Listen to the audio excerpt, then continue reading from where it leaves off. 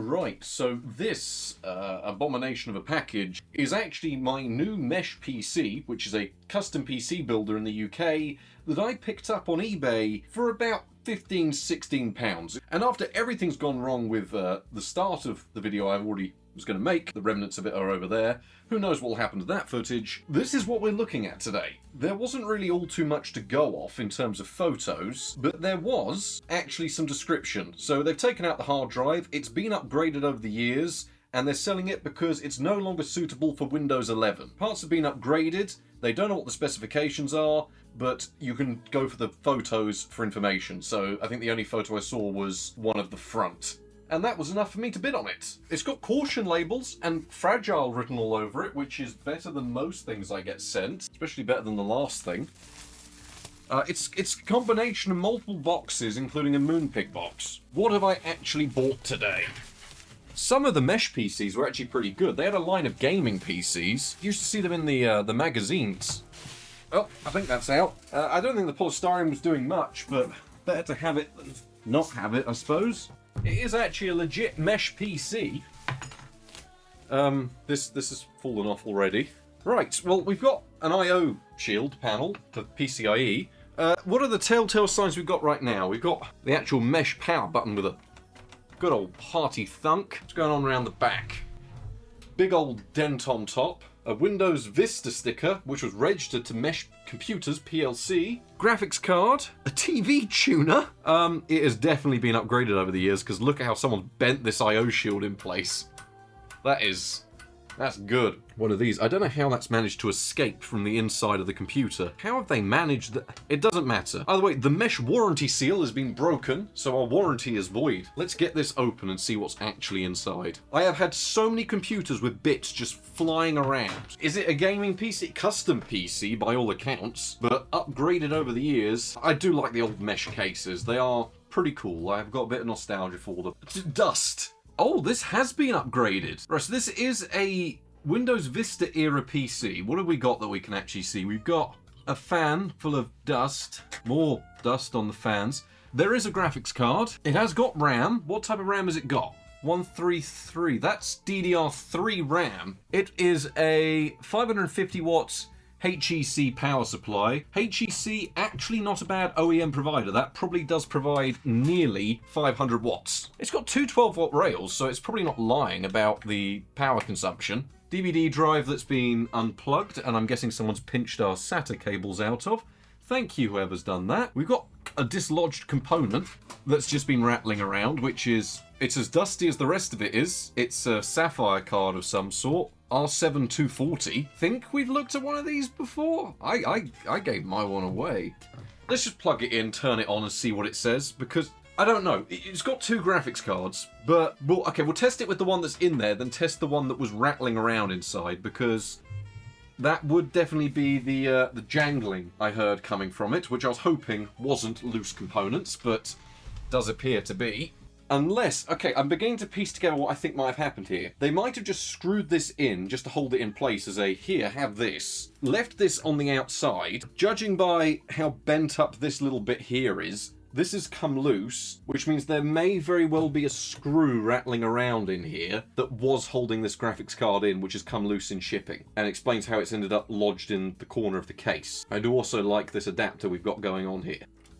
The fans are now going crazy. Oh, that's good. Yeah, something has definitely been rattling around inside in here. Oh, no, it's just the port is bad. Asus motherboard. I quite like seeing an Asus motherboard, whether or not it's original. Oh, it's got a Core 2 Quad! Ah, this has been someone's Core 2 Quad PC that they've upgraded over the years. How much RAM has it got? I take it 2 gigs of RAM. If we just go system information. Yeah, 4 gigs of DDR3 RAM, running with a Core 2 Quad Q6600, and a graphics card of some capacity. Can we make out what that graphics card is? Can we get a torch in there and see? EN210. Screams GeForce GT 210 to me. I hope that R7 works. We'll give the PC a good old rattle around in a minute and see if we can hear a loose screw. Those DDR3 motherboards are probably worth more than I paid for the system. I know it's absolutely ridiculous to say. Already, we're going to have to take a look at this computer as a whole and then look at that Core 2 Quad running with DDR3. I am not saying the Core 2 Quad's making a comeback because of the RAM prices. This is a mesh gaming PC. If that R7 works, we've got a really good little system. It's a bit like the Novatech one we got not too long ago. Oh, this is all getting very exciting today, isn't it? I'm glad things are actually going well with this one. Suppose we grab an operating system to sling on here, because we're going to need one now. Before we do that, though, I just want to do a quick test. It's a very crucial test to find out if that graphics card was ever secured down. I hear rattling.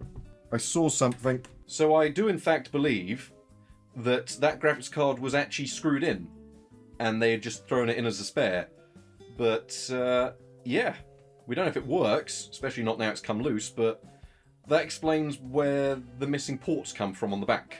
I've prepared a copy of Windows 10 IoT, which is the cut down version of Windows 10, which should be good enough to run on here. But at the end of the day, we've made our money back with that motherboard. Anything extra is just a bonus. I mean, I do like the mesh case. I mean, you do have to compare. So in the £15 part of the market, it is sort of random what you're going to get. I was hoping for something maybe Intel Core i first gen, second gen, maybe even a fourth gen, but that is getting a tad optimistic given it cost us 50 quid for a fourth gen system. One that was a lot more powerful than this, but this would have been a decently powerful, custom-ordered mesh PC from the sort of Windows Vista era, and they've certainly got their use out of it with upgrades over the years. I am curious as to why, when they took out the hard drive, they thought, I'm going to steal the SATA cable for the DVD drive. I think after a good old cleanup, it should be okay. I mean, I haven't seen one of these Alaska coolers in a little while. Admittedly, the last one I saw was probably less caked in dust. The main point that we want to actually look at is, once this is all set up and working, does this little R5 240 or R7 240, don't worry, we'll definitely be doing some Linux testing because, I mean, if that GCN card actually works, this may actually be a good Linux system. So we do have the Windows 10 IoT install. We also have the Core 2 Quad running at 2.4 GHz. Maybe a tape mod's going to come to mind. 4 gigs of DDR3. Unfortunately, I say we install the GT210 drivers. We'll get one score with the GT210, and then the other score with the other graphics card that may or may not work as well. 2019 was the last time this clock was updated. Yes, I understand that Bing isn't a website I should be using, but unfortunately for us, I need to use it. We're definitely going to have to clean this system. I want to say that thermal paste is probably quite dry, given how much that fan is ramping up now it's being asked to do something that isn't just installing Windows. How hot is it running? Because we're definitely going to have to get a baseline figure, because all we've done out of the box, all we've done is bung in this 60 gig SSD from a drawer. The rest of the PC, I'm going to push it back a little. Oh, I shouldn't have done that. I mean, it's not buying advice, is it? No one's buying a 775 system, but I didn't know this was a 775 system, yet alone one that's actually got quite sought-after internals. And I'm not exactly liking the look of that cooler too much. It's running about 73 degrees, which is hot for a Core 2 Quad that's only having to run the desktop. Because I think our current course of action is get the PC all ready, run it through 3D Mark in a benchmark of some sort, get a baseline reading and see if it survives or if the thermal throttles or crashes down and dies. Clean it, put in the R7, and then see if this actually works, because this is substantially better. That's DirectX 10, which it mostly can't run. This is DirectX 12. And yes, it's crap, but this looks like a 5090 in comparison to that. Genuinely, this looks like the savior of mankind in comparison to a GT210. The only reason I have the box is for Frobot. He's not even on this. This is genuine garbage. At least this one has him. And they don't even advertise gaming on this. Oh yes, unzipping the drivers, 79 degrees. Well, that looked an awful lot like graphics. Well, yes, that did look an awful lot like graphics drivers. Because now it looks like this. I can fiddle with the cable again. Oh, it's back. It's back. No one fear. Let's see what it does, shall we? Well, it's not as bad as I was expecting. I mean, 7 FPS in Cloudgate is terrible by today's standards, but it's not the worst thing I've ever seen. Physics test. Now, this one is an interesting one because the Q6600, even in...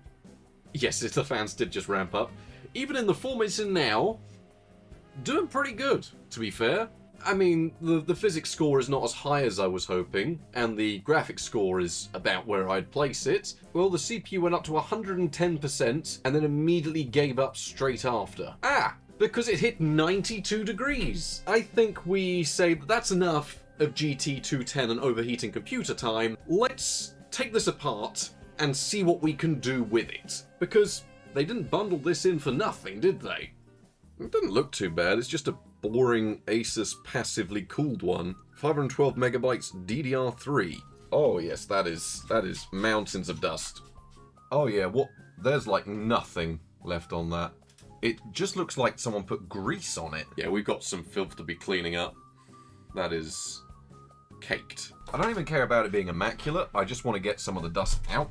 The only thing that's actually going to be affecting thermals is going to be the lack of thermal paste, which turns out was just copper grease. Right, so I've been through, I've changed the thermal paste, I've given the system a bit of a clean out. It's been nothing fancy, it's mostly just been getting the dust out of it, which has been caked up everywhere. There is a lot of dust in this system and a lot of it is just so baked in. Say goodbye to the GT210. And find out if this little R7, R5 graphics card is actually working, because compared to a GT210, this may as well be an RTX 5090 with the amount of features it's got. It is a lot more modern despite being, oh, when is this from? The little rebrandian? Maybe 2013, 2014? A load of dust just came out. 40 degrees idle compared to the 70 it was at before. I do want to get through all my testing here though, because if this little Radeon works, I want to get as much Windows testing done as possible today, and then whack Linux on here by the end of the day. Also, I can say the power supply, really solid amount of weight to it. I've seen plenty of these OEM units, and I've seen them go for years. This one actually being quite a decent variant. I know it's got the ketchup and mustard cables, but it does have a 6-pin, some really solid 12-volt rails, and the equipment inside here doesn't look too bad. Would I run it with an R9 Fury overclocked? No. Would I put in a basic 6-pin card like an RX 480? Yeah, definitely. Definitely would. Apparently it does support overclocking. I don't like doing this. It's always the biggest squeaky bum moment, isn't it, of working on a computer, is updating an old BIOS. Right, I've got a selection of various bits of RAM. I know I must seem immensely rich until you realise most of this is garbage, but I do want to have some attempt at running higher capacity RAM. It is running with a DDR3 4GB stick. Okay, so that one works. I have some low clocked value RAM.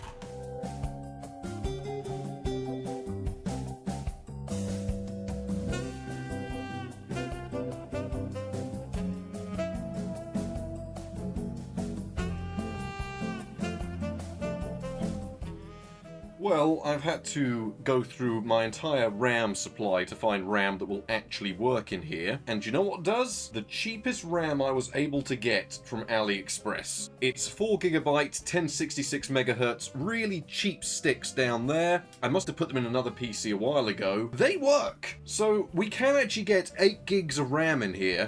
When I say I've been through RAM, I've been through this entire bag, which makes me look like a millionaire, with all the RAM rattling around in there.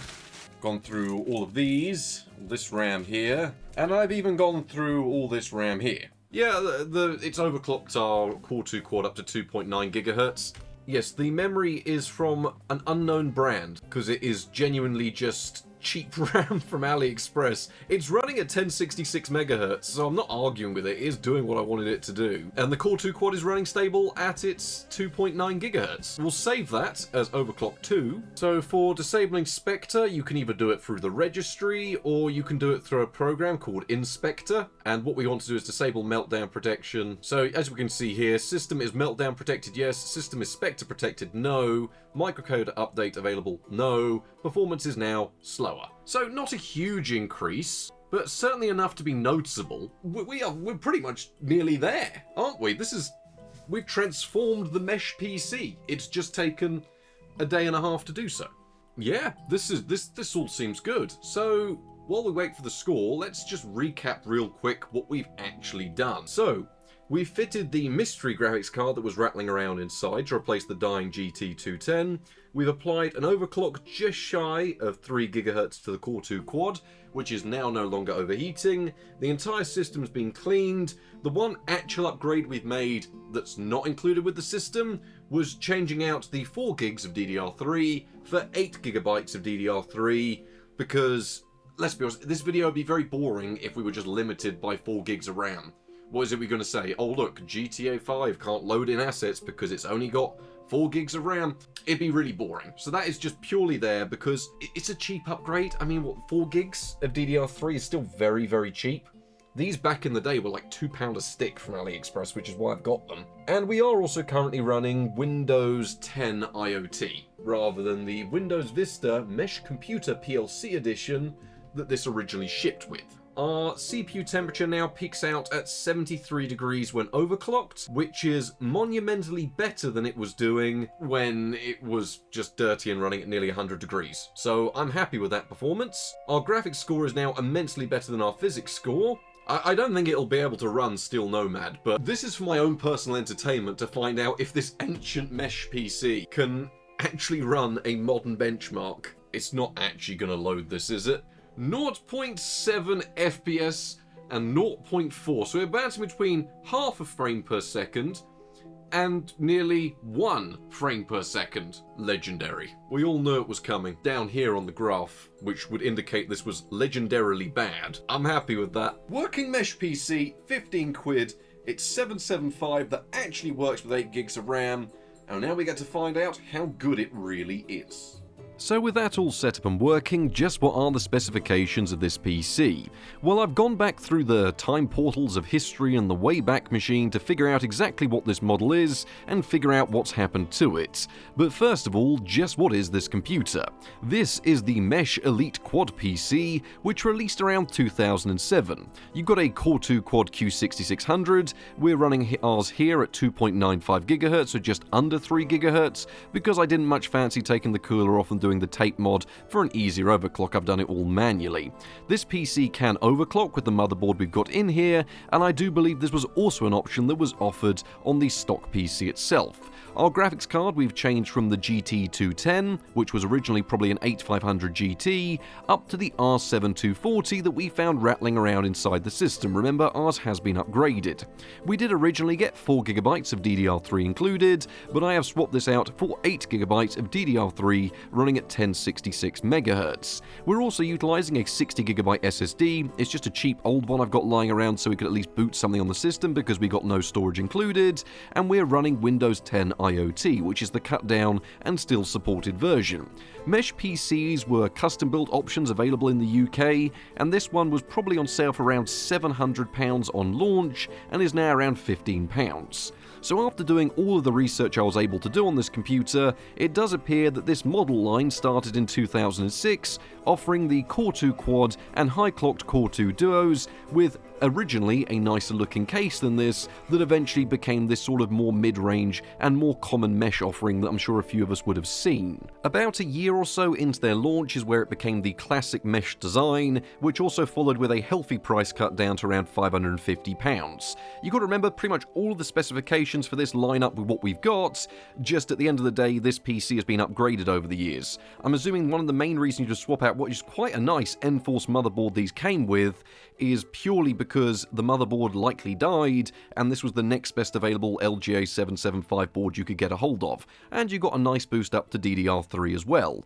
This originally shipped with a GeForce 8500 GT, but you could spec an 8800 GT or an SLI option if you wanted, but then you're looking at something that was probably a bit more packed out than this. At the end of the day, these PCs were well reviewed on launch because they were quite affordable and gave you quad-core power, but today, well, they've faded a little bit into obscurity because most people that bought these, well, they likely binned them when they got too old. It's quite rare you see them pop up on eBay and someone going, you know what, I've got my use out of it, it's time to move on from it, like we've done today. So with this system, just how much of a difference did we make after we gave it a clean out and a few tweaks and modifications? Well, the big one being upgrading the RAM and changing the graphics card. Keep in mind the RAM was just purely to make this interesting, the graphics card did come with this system. Everything else has been overclocked though, so our processor is now just shy of 3 GHz, we've got a nice overclock to the memory and the core on the graphics card. Keep in mind it's using DDR3 so it doesn't really budge too much, but just how much of a change did we see? Well, the processor was benefiting from both an overclock and no spectral meltdown patches, which boosted it from 2,542 up to 3,008 in the physics scores. Our graphics card score did see a healthy increase, mostly because we've gone from a stock clocked GT210 to an overclocked R7240. It's not a great graphics card, but it did net us around 3 times the score. So we've seen quite the overall improvements. Our total score went from 1,870 up to 4,471, and this was just with a few tweaks and a few adjustments. Keep in mind, the RAM likely didn't play any effect into these. This is pretty much just down to the system utilising the parts it came with. When this actually comes to more modern benchmarks, we see that Cloudgate really is the most balanced test for this system. Cloudgate is sort of the benchmark this would have been designed for, and that's why everything is so equal across the board. When you start looking at things like Time Spy, it becomes quickly evident that the graphics card is more or less useless with its 1GB of DDR3 VRAM, and when you start looking at Steel Nomad, well, it hardly even registers on the graph. But still, I'm kind of amazed it was able to even launch on the system. So when it comes to something like this, well, in Cloudgate, as we can see, this is a killer system for its age, but by the time you start getting into the DirectX 12 era, the Core 2 Quad is just about hanging in there, but the R7240 is hardly making a dent on the graph. So with all of that out of the way, there's not really much else to say. I'm sure we'll look at the Core 2 Quad in its own right, and this is already going to be a fully packed out video with plenty of operating system tests, plenty of everything else. But let's stay on track for now before we even get to those bits. Just how does a mesh gaming PC, one that would have cost quite a bit of money back in the day and has been upgraded over the years, perform when you just take the system, you tweak it up a little bit, you clean it so it's no longer thermally throttling, you whack on a still supported version of Windows rather than the Windows Vista it would have come with, and you just want to see how does a system like this actually perform if you go out and use it. Now, no one today is actually going to go out and buy a £15 PC to go out and genuinely use, but if you need a computer in a pinch, or you're someone that's looking at PCs with these specifications and it's your only option, maybe it's still a viable choice. I mean, we will likely look at each of these individual components in their own right at some point on the channel, but as it stands today, a fully built mesh gaming PC that's been upgraded over the years, but is still quite reminiscent of what it was back in 2007, which is nearly 20 years ago. Well, I think the graphics card's not from 2007, but then again, it would have been upgraded along the way. How does this perform when we throw it up into the modern world and some quite difficult tasks with the benchmarks? Starting off the benchmarks, we have GTA 5 Legacy, as for some reason GTA 5 Enhanced, which I assumed would work on the system, just doesn't want to launch. I have no clue why. I tried to trace it down, I spent a solid hour on it, so in the end, I decided, you know, I've had enough of that, I just cannot get it to launch, we'll stick with the Legacy version. We are running the game with normal and high settings in 720p, which is sort of what the R5, R7240 was always good at, aiming for a 720p resolution, even in titles that came out after its launch. We saw 34 FPS on average, with 1% lows down to 27 FPS, although it was best played with a 30 FPS cap in place, which certainly did help out with frame times. Honestly, this was a pretty good place to start, because it went on to show that this PC, despite the few upgrades it's had over the years, well, this is sort of what it was upgraded for, games like this that would run pretty well even on a Core 2 Quad system. And I don't doubt that with some decent RAM management, you probably could get this running just about okay on 4GB, but it would be a lot more questionable. When moving into the world of GTA Online, well, things are certainly more intensive than they used to be. We saw around a 10 FPS loss to our average, and 1% lows now down to 20 FPS. Now keep in mind that in smaller lobbies you would be closer to the 30 FPS mark, but predominantly we do our benchmarks in fully packed 30-player lobbies. So at the end of the day it was playable in smaller situations, but for your average, most sought-after GTA Online experience, you're looking at sub 30 FPS. You could call it controllable, I don't know whether I'd want to call it playable though. BeamNG I really did expect a little bit more from the system from, but at the end of the day this is a Core 2 Quad PC with what was at the time one of AMD's cheapest display adapters, and keeping in mind it only has 1GB of DDR3, that likely explains why we were limited to an 800x600 resolution with the lowest settings when we were utilising the jungle benchmark map. This isn't too bad, keep in mind, and was fully playable, but you don't have enough spare processing power to turn up any of the graphical options, to turn up the resolution anymore, and enabling traffic, well, that's a complete no-go unless you like playing the game at around 12 to 15 FPS. Keep in mind though, this was in one of the most intensive situations during the game, and if you were playing something more simple like the hill map, you could easily turn the game up to low and medium settings with a 720p resolution and still see just north of 30 FPS most of the time. So BeamNG was playable, but during more intensive maps and when there's lots going on, you're going to be relying on low resolutions and low settings to keep them playable. But still, for an old mesh PC, this is a popular title and it is still running. The 64-bit memory bus on the R7240 really becomes apparent when you start running games that should work okay on it and can handle okay settings, but they simply cannot handle any resolution higher than 800 by 600. Genuinely, it's like benchmarking back in the Windows XP days, where when you saw a 64-bit memory bus, you panicked about being able to run 1024 by 768. Well, we're back to that sort of thing, but with modern titles. Black Mesa looked good with the medium settings on the Zen map, which is one of the more intensive areas, and we saw 56 FPS on average, with 1% lows down to 44 FPS. Overall, it did actually look quite nice, I'm not complaining there, but it would have been nicer to at least manage a 720p resolution. It's worth noting that earlier areas of the game that are more enclosed with less going on do tend to run okay in a 720p resolution, so you could just play through the game and then drop it when you get to Zen, but honestly, for the sake of it, it does look pretty good in a 4:3 resolution as long as you set the GPU scaling properly like we've done here. City Skylines here is a very good test of both the Core 2 quad in the system, the RAM in the system, and of course the R7240, because none of these parts really deal with this game very well. It is certainly one of those games that have become a lot more intensive as the years have gone on, because it should run better than this. Maybe it's worth me tracking down an older version just to keep on hand for benchmarks. But as it stands, with a medium-sized town/city, we saw low settings with 1024 by 768 net us a playable experience given the genre, but it was still a low average of 22 FPS, with 1% lows down to 18 FPS. The Core 2 quad was struggling with the amount of processing it was having to do, and speeding up the game really didn't speed things up as much as I thought it would, and the R7240 wasn't capable of producing all too many graphical effects. So it looks pretty hideous, and it played pretty hideous, but it was playable, because it's a city builder and you can kind of get away with these at 20ish FPS. Given that Mount & Blade Bannerlord is almost the pinnacle of optimization, just how does it handle itself on an upgraded mesh PC from nearly 20 years ago? Well, with low settings in 800 by 600, it was surprisingly playable as long as you had the battle size turned down, just so the Core 2 quad and the 8 gigs of RAM on here could deal with what was going on.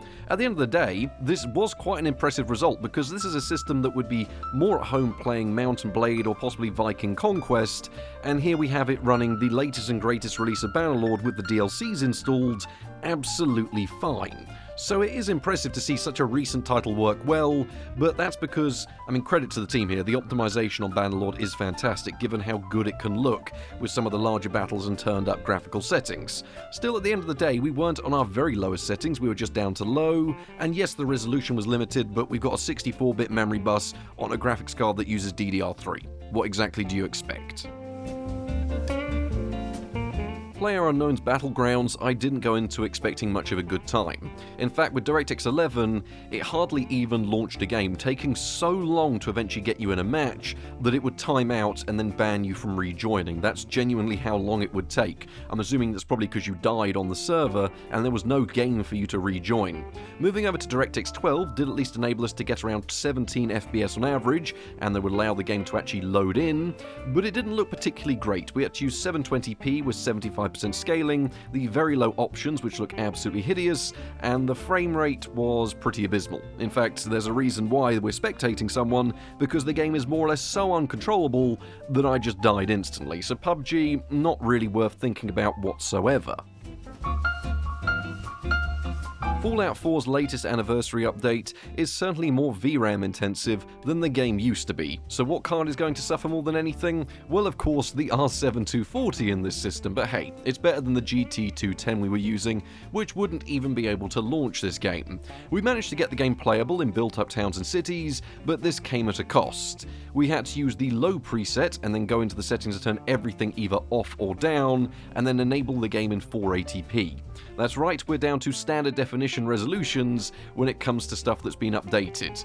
At the end of the day, we did see 36 FPS, 1% lows down to 28 FPS, which meant the game was quite controllable and quite playable. It's also worth mentioning that when you are actually out exploring or in more computationally complex areas, I don't even know, this game's not particularly well optimized, and the anniversary update is questionable about how much it's affected older cards. Just when you're in areas that aren't big cities, you could see anywhere from 40 to 60 FPS. So Fallout 4's playable, it just doesn't look great or run too great in cities.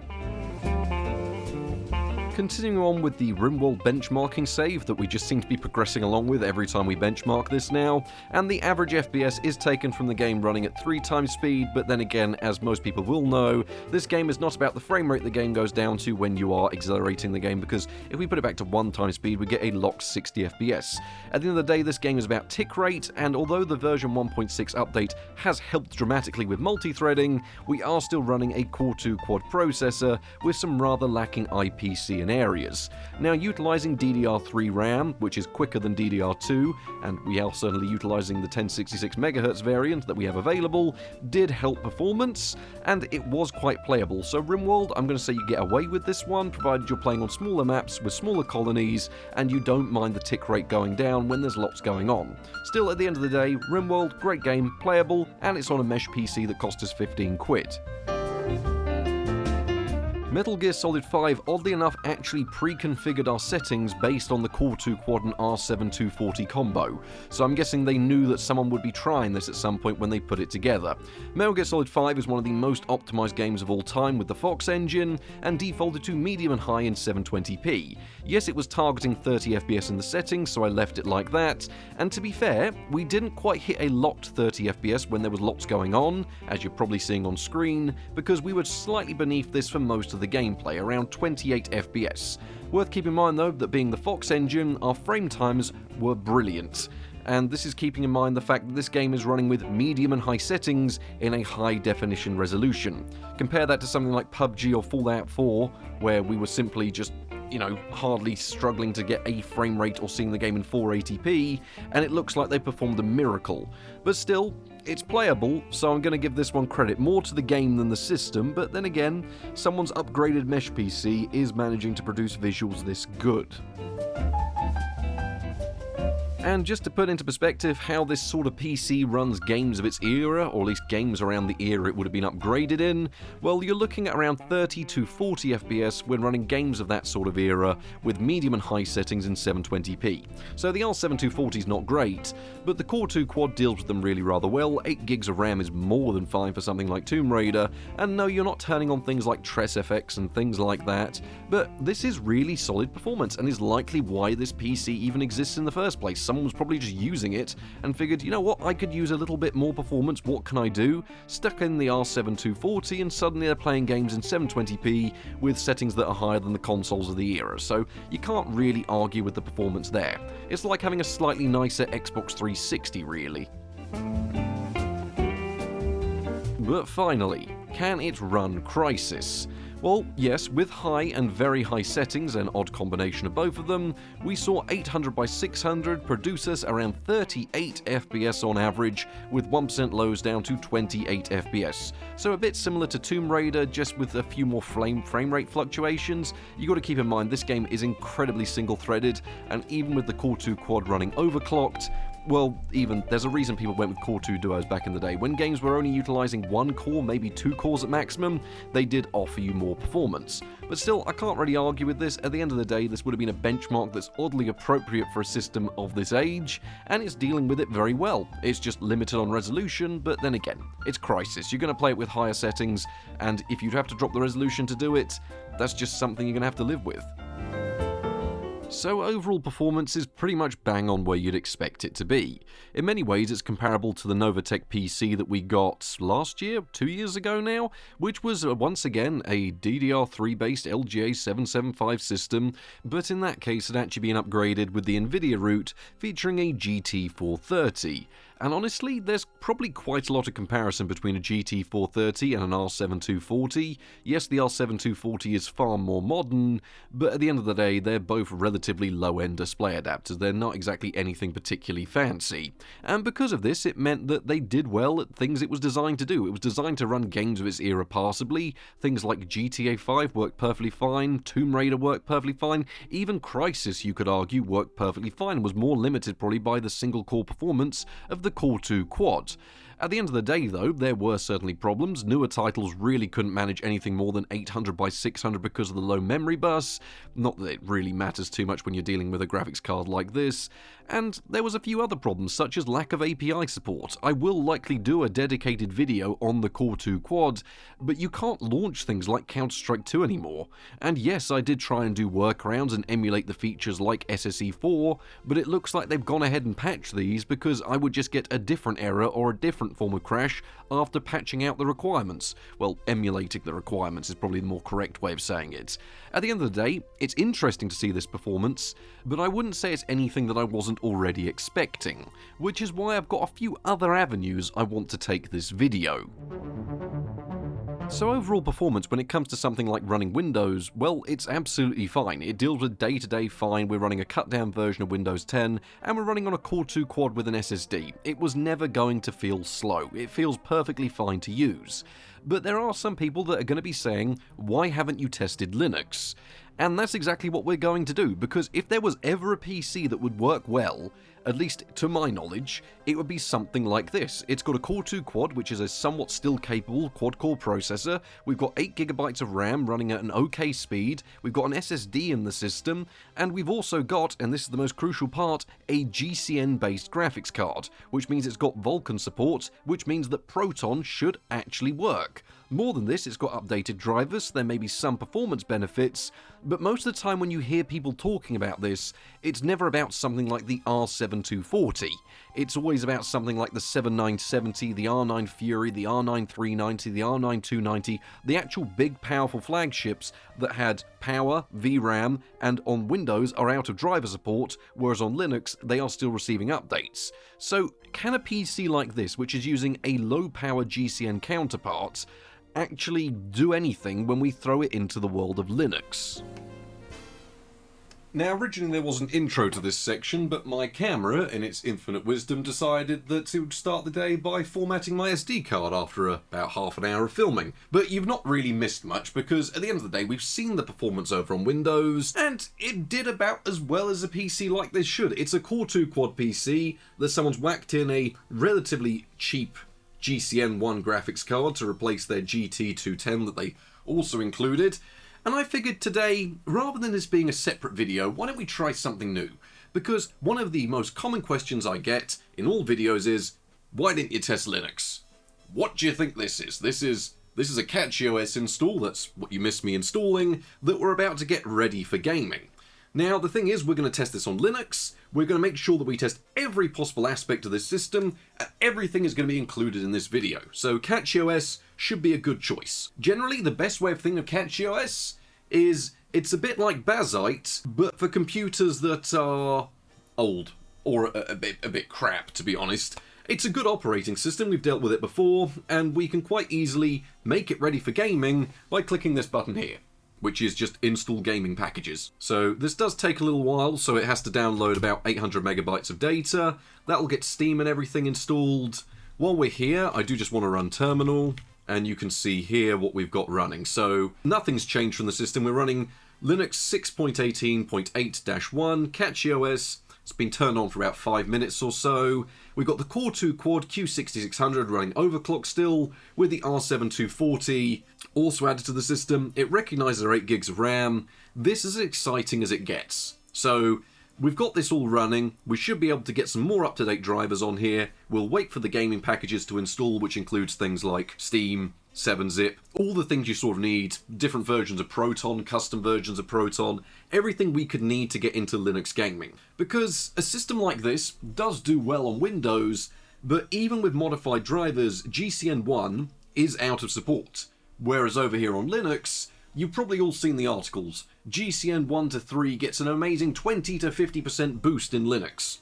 Now, I'd imagine that's probably more for cards like the HD 7970, the R9 Fury, all of these really powerful cards. They've got plenty of VRAM, plenty of opportunities for actually still running games, but no driver support for it. I severely doubt it's including things like the R7 that we've got in this PC, but at the same time, it is also a GCN graphics card. It has DirectX 12, it has Vulkan, it has the modern APIs it needs. That means that it could theoretically work better here. We've also got less overhead from the drivers. We have less going on from the operating system. This is the first time in a while, if you are one of the people that was immediately commenting down below, why haven't you tested Linux? Congratulations. This is one of the few PCs that we've got that may actually benefit because it's got the Core 2 quad, it's got the GCN graphics card. Yes, we've put 8 gigs of RAM in it, but, you know, that's an upgrade that was worth making. This could be one of the first times on budget builds we actually see a PC genuinely get transformed by Linux. So the only thing we have to do now is wait for this to update. It's got to download a half a gigabyte update.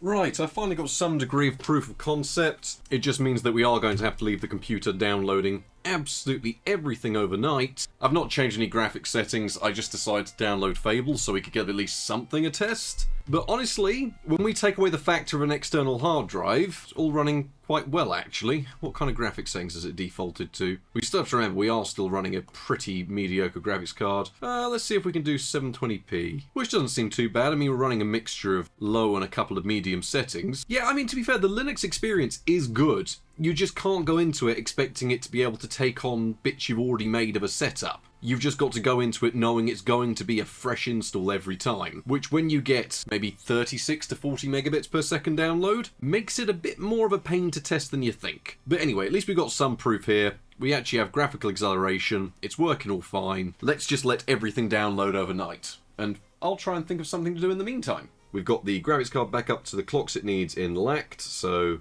everything here is all working. So 3D Mark, once again, I've never had any luck making this work on Linux. It always fails at either gathering system information. I've messed around with different versions of Proton. I've messed around with registry tweaks. The furthest I've managed to get it to go is actually launching in full screen, beginning to load the test and then crashing. I've tried many people's solutions, I've never found one that works, so we can't run 3D Mark, but we have got Black Mesa for comparison, Fable just because I downloaded it, GTA 5 for comparison, Half-Life 2 because I wanted something to test, Metal Gear Solid for comparison, RimWorld and Tomb Raider.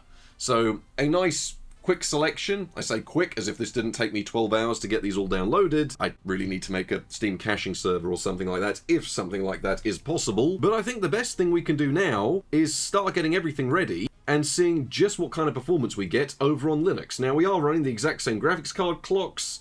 We're running pretty much everything the exact same as we were on Windows, just we're now running CatchyOS and Proton. I better set up a capture card because we're going to need some capture going for this, aren't we?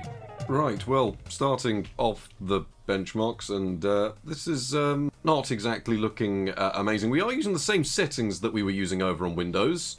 Don't believe this GPU utilization figure, that is not accurate. There is the actual GPU utilization if I can go over to it. Yep, it is running at its maximum clock speed. It is just... I mean, we can try a different version of Proton. Right, let's kill that process and let's try that again in a second, shall we? So we're now here running predominantly low settings, which is set to the wrong aspect ratio. And I have absolutely no clue what's going wrong. See, I have done a bit of preliminary testing to make sure that everything is working, drivers working, the overclock's working, and it doesn't matter what we seem to do here in GTA 5, we get between 6 to 8 FPS. The graphics card is being utilised. It's building up heat, I can check it in LACT, and there's definitely, you know, it's boosting up, it's seeing utilisation. The Steam overlay does always tend to have a few problems with registering cards like this, but this is running like it's on a Pentium 4. But as it stands at the moment, starting things off with GTA 5, pretty horrendous. So we'll try and do the shaders again, but honestly, I just don't think this is working all too well. Maybe it's too much overhead, maybe it's something like that, but then again, shouldn't the processor be 100% utilization?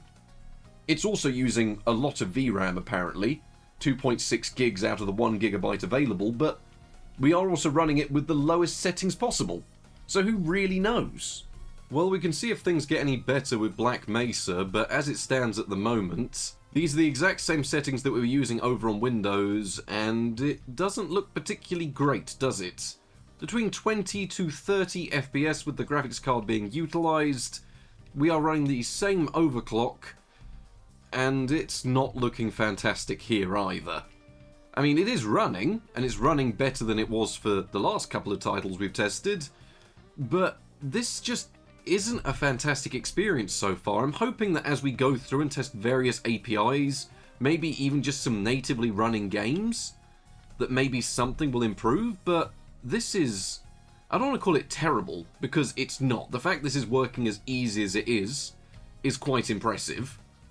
You can't really take that away from it. But at the same time, I mean, running this game on Windows is the same. You just double-click it. And to be fair, the drivers we have here are more up-to-date, and we have the exact same overclock on a lightweight version of Linux. Once again, I don't think Linux is entirely to blame here, because I don't doubt that in a probably more normal system this would perform a lot better.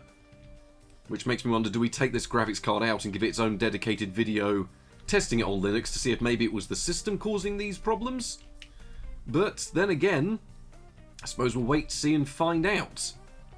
But yeah, we're getting between 20 to 30 FPS. No problems with frame pacing, keep in mind. There's the occasional lag spike, but generally the frame times seem really decent, just for an average that is far lower than it should be.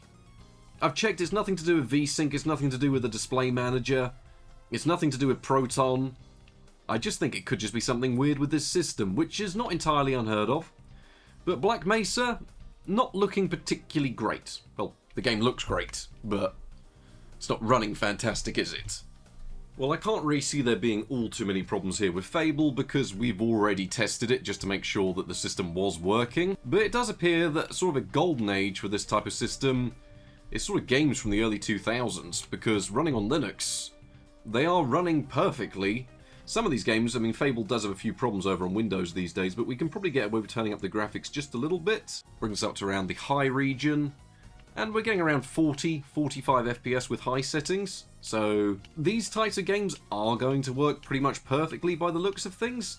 It's just a shame that, you know, this is the first example of something working properly we've seen, and it's from 2004. On a system that we have seen run GTA 5 completely fine in 720p HD, over on Windows. So Proton is excellent, I really can't fault it. CatchyOS does work fantastically well. It just appears that for some titles we haven't had much luck, but for Fable, you know, I'm going to call this pretty good. 40 to 60 FPS, no graphical glitches, the frame times are incredibly smooth. Yep, this is pretty much perfect. I'm holding out a little bit of hope here, because Tomb Raider did work really well over on Windows, and it should work... Oh. Well, it should work okay here, but I think it's got to be something to do with memory. Apparently slow VRAM, and not a great deal of slow VRAM from the little research I've been trying to do. I mean, I've been messing around with schedulers, bits and pieces like that. You know, I do actually know how to use Linux.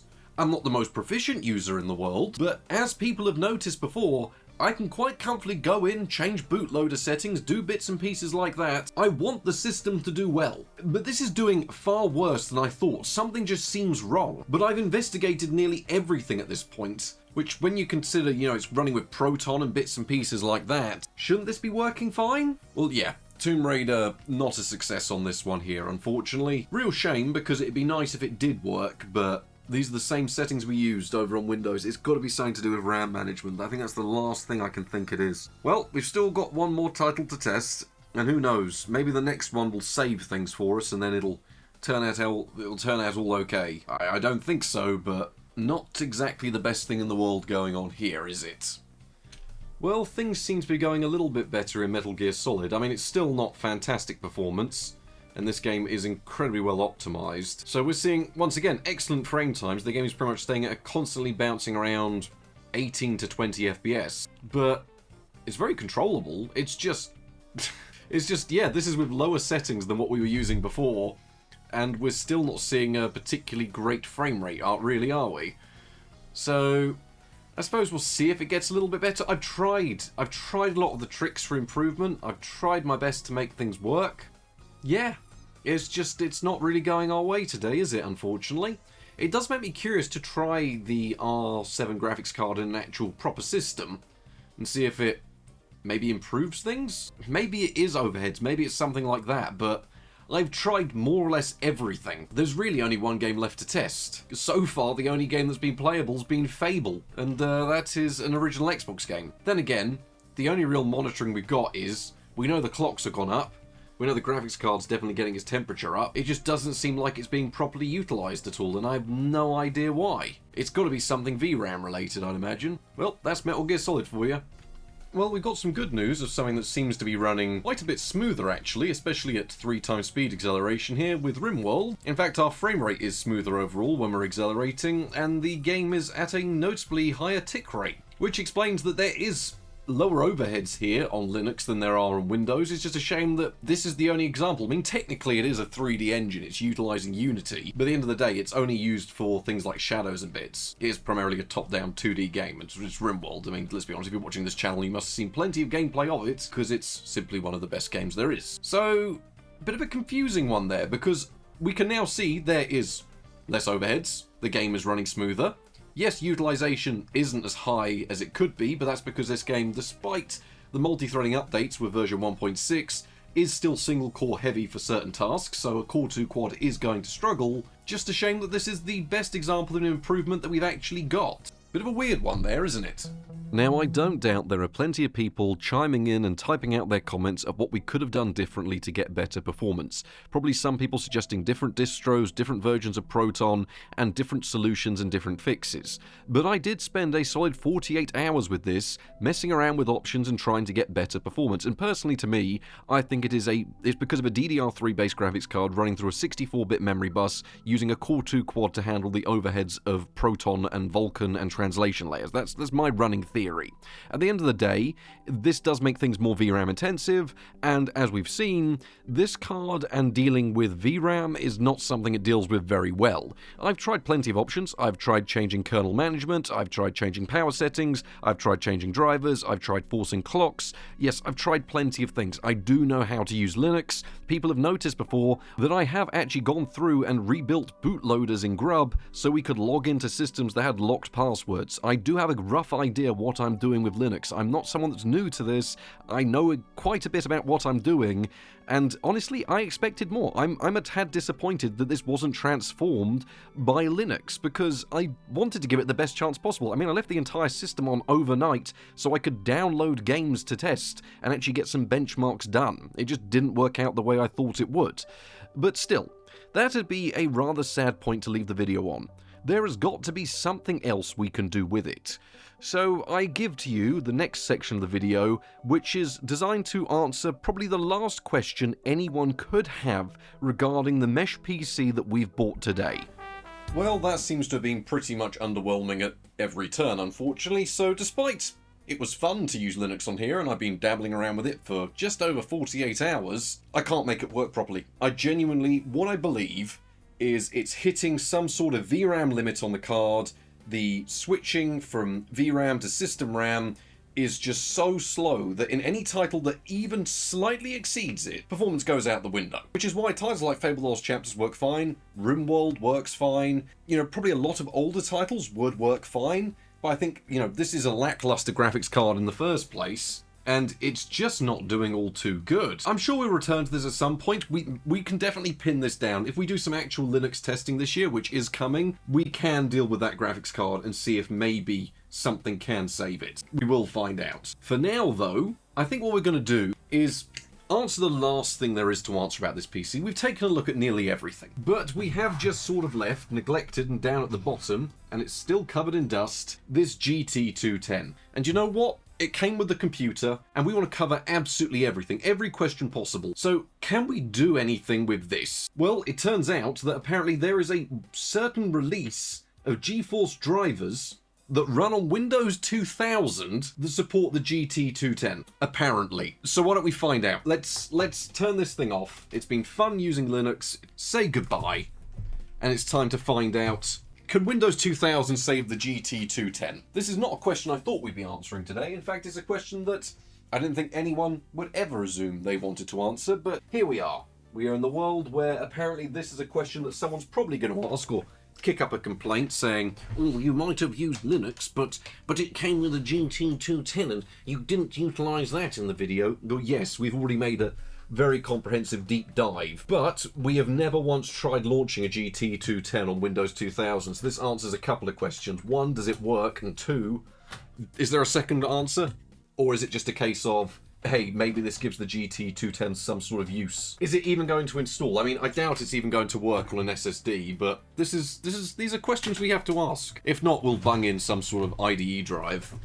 See, we could just put Windows XP on here. That'd be easier. But the novelty that something as old as Windows 2000 supports something as new and still on sale as the GT210, it kind of almost gives it a reason why it's sold so much, doesn't it? When you think about it. This thing is still on sale today and will, if this works, support Windows 2000, Windows XP, Windows Vista, technically Windows Longhorn, Windows 7, Windows 8, Windows 8.1, Windows 10, and Windows 11. And I'm not putting Longhorn on here today. I'm not dealing with that. I mean, maybe it would work. We do have IDE.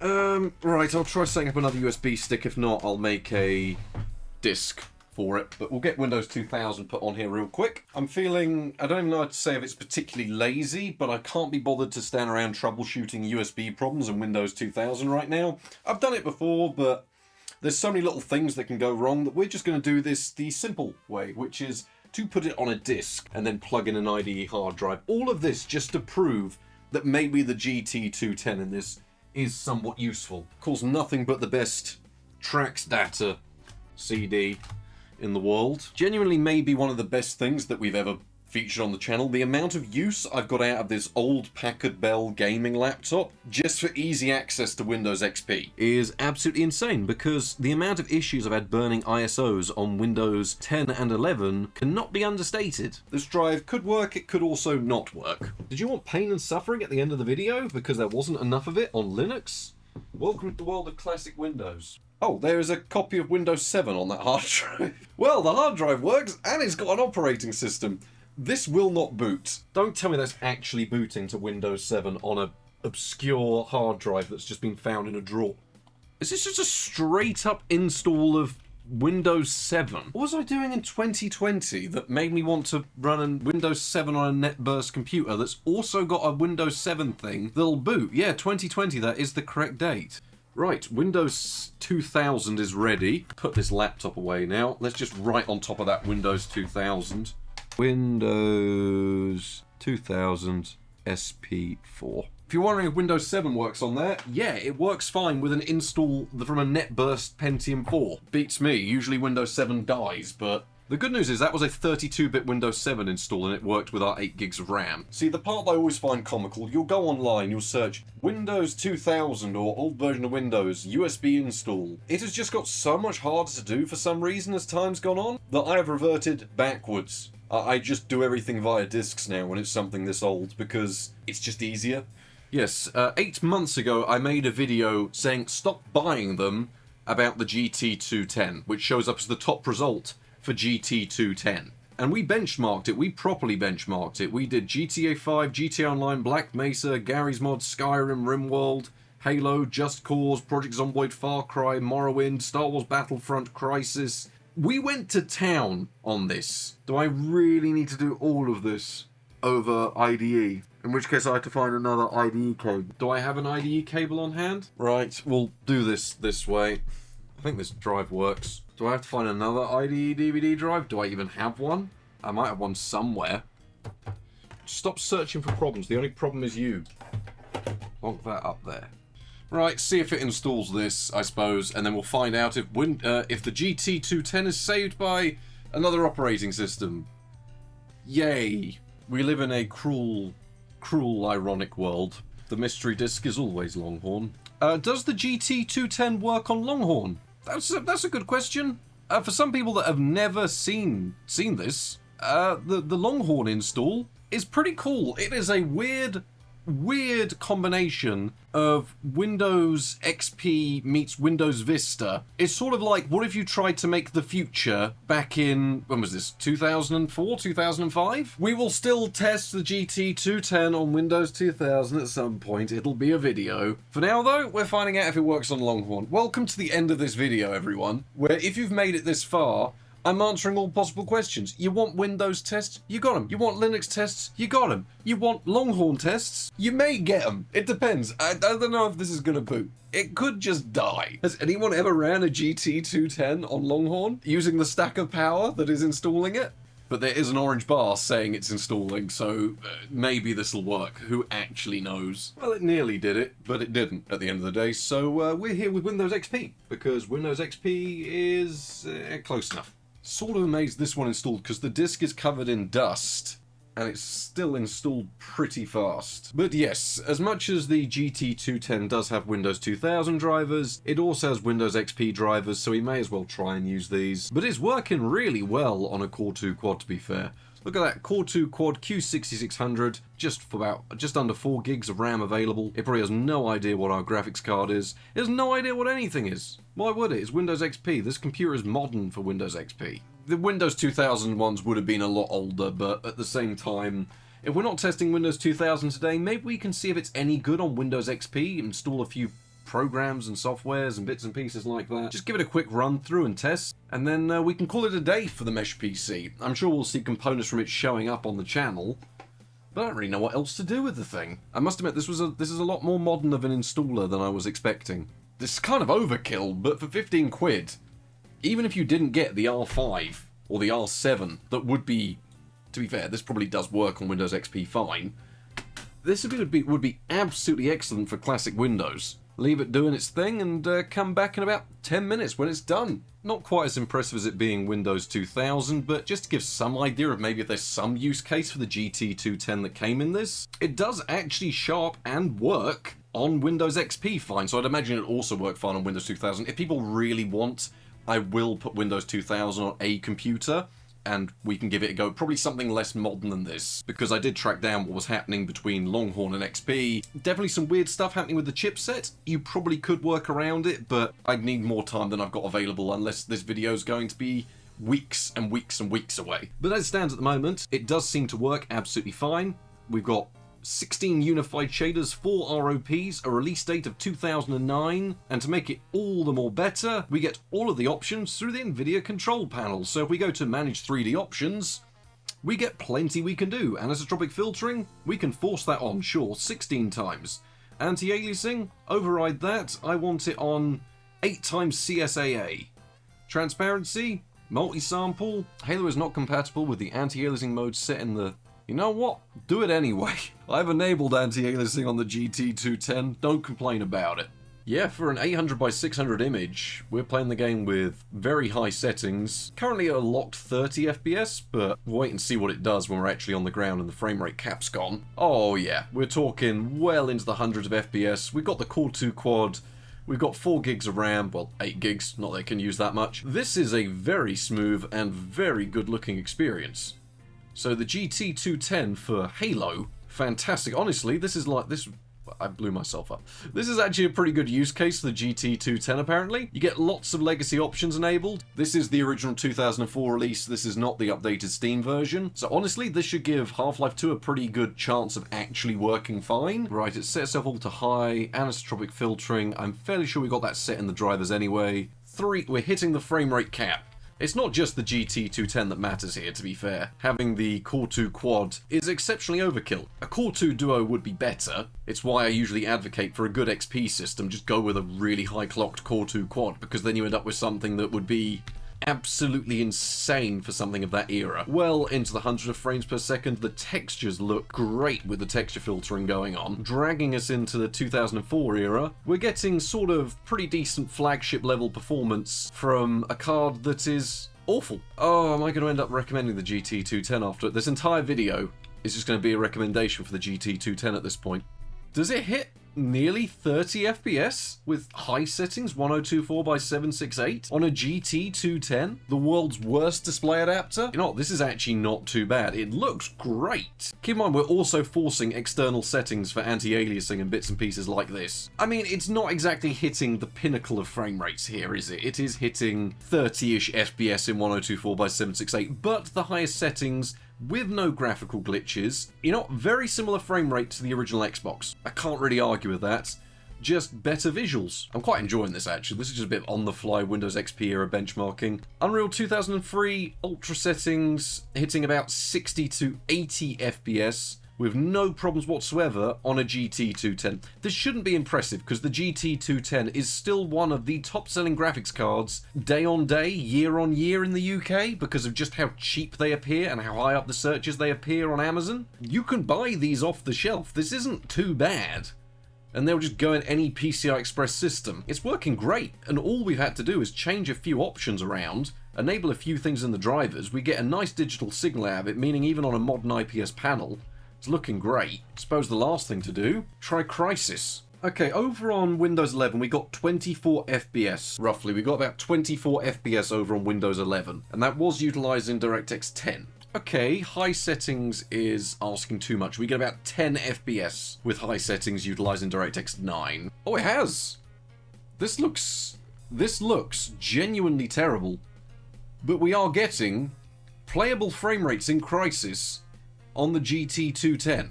Maybe we should have just tested this on DirectX 9. Great image quality, by the way. Doesn't take away from the fact that we are getting some hitching and stuttering. Maybe this would make an excellent Windows 2000 card.